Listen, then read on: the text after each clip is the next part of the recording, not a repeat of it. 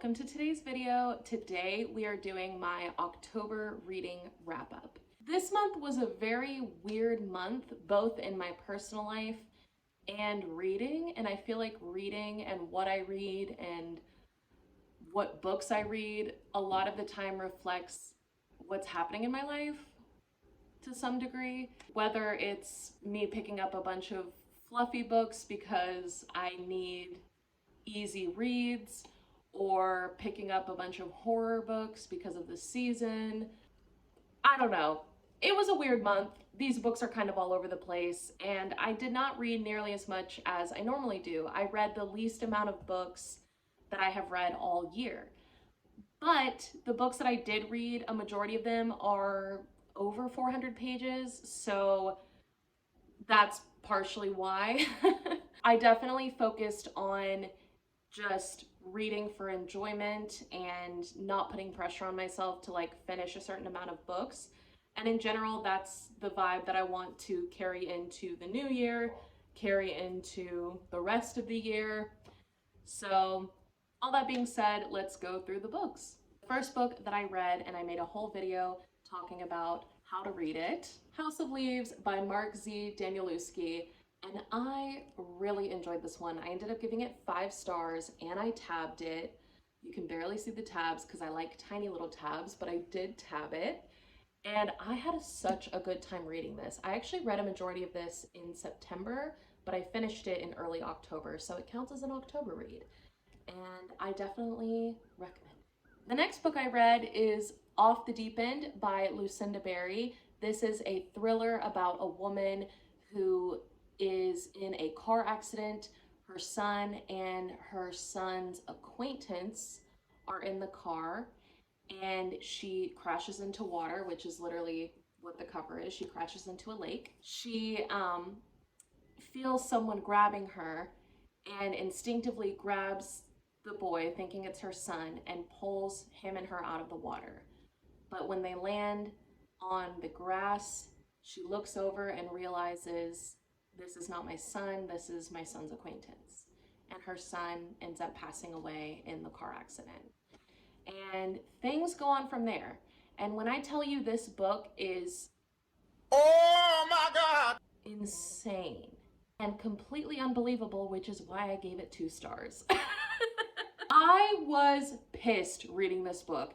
And the reason why I was so upset is because I got this recommendation from a content creator whose name I'm not going to say, but they recommended this book. And then as I was reading the first part of the book, I went on to Goodreads to see if anyone else I follow read the book, and I saw that they rated it 3 stars. And they rated it recently, which was definitely after I saw their initial recommendation. So if you are someone who is recommending other people books, whether you're a content creator or you're just recommending a book to a friend, make sure you've read the book before you recommend it, because that really made me mad. If I saw that they gave it 3 stars, and they're pretty liberal with their reviews, if I saw that they gave it 3 stars, I would not have bought this book and read it. Luckily, I got my money back from the book. That's a whole other story. I have a whole video where that happens. No, I do not recommend this. This was so unbelievable and just weird. But not fun weird, just weird. I don't understand why this is happening. Weird. After those 2 books, those are both fairly heavy books, I needed some smut. Let's be real. Let's be honest. I needed some fluff, some smut, something easy to read that is chill, okay? So I decided to continue the Twisted series and picked up Twisted Hate.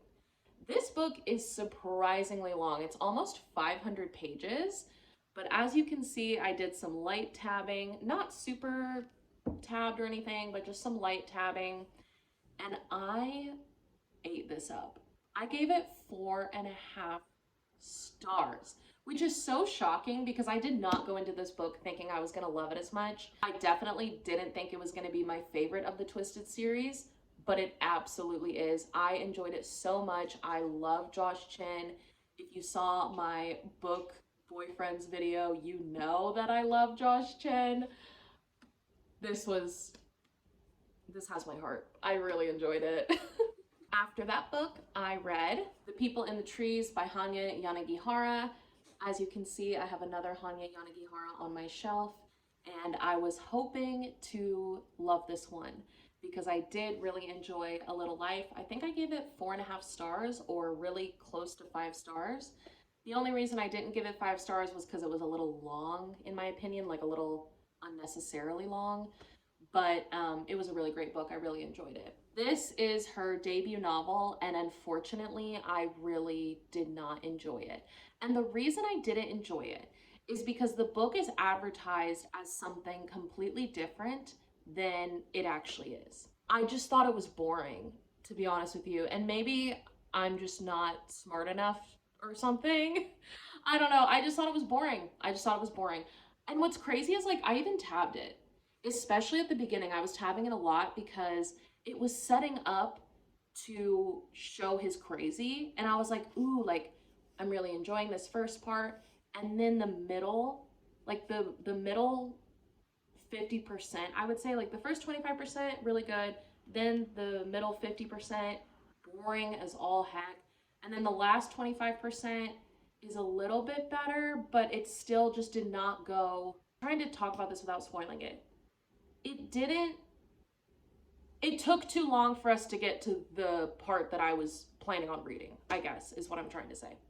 So I don't recommend this book.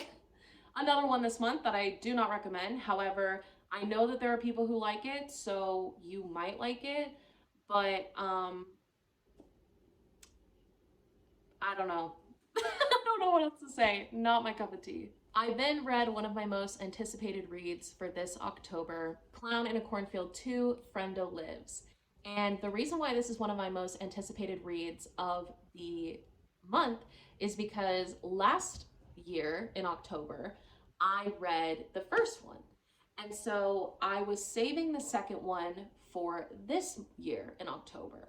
And I'm hoping that the third one, because I think there's supposed to be a third one, comes out before or by Halloween of next year, so that I can make this like an annual thing up until there's no more left to read. That being said, I gave this 3.5 stars. I did enjoy it, but I think it's going to end up being the weakest of the series, depending on how many there are. If there's 3 of them, I think this is going to end up being the weakest book.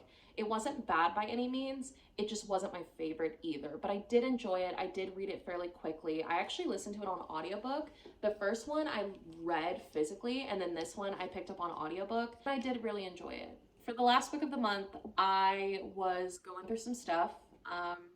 This whole last week of the month, I've been going through some stuff with family. It's a very sad situation. I don't really want to get into it, but I needed some light, easy reading. So I picked up Twisted Lies. This is the last book in the Twisted series, and I can finally say that I finished this series. So that's good. I ended up giving this 3.25 stars, unfortunately. This is a lot of people's favorite book in the series, so I'm definitely in the minority when I say this, but I just could not connect to Stella and Christian the way that I have connected to other couples in this series. Reese and Bridget, I really enjoyed. Josh and Jules, I really enjoyed. Alex and Ava were fine. Didn't connect to them as much. And then Stella and Christian, I don't know what it is, but they just did not read believable or real to me. I didn't connect with them on a personal level. I didn't feel very invested in either one of them or them together, but I did enjoy the book. It wasn't like I wasn't enjoying it or anything. I just kind of ended the book feeling like, well, okay, like, I don't know. I don't really care. They're not like super memorable to me. They're not a couple that I'm like, oh, I'm really rooting for you. Like, I just kind of felt like I don't really care. So, and maybe that's because of my mindset this past week and just not feeling great. I don't know. I don't think so, though. I think it was just the writing. And also, it's such a big book. It is 560 pages. Why then did I not connect to the characters? Like Anna Huang.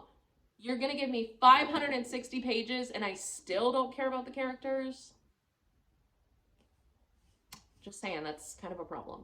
That concludes my wrap up for this month. Thank you so much for watching. Thank you for being here. If you enjoyed this video, you'll probably enjoy my other content, so you should stick around. We are a judgment-free zone, so if that sounds appealing to you, why not stick around? And until next time, bye!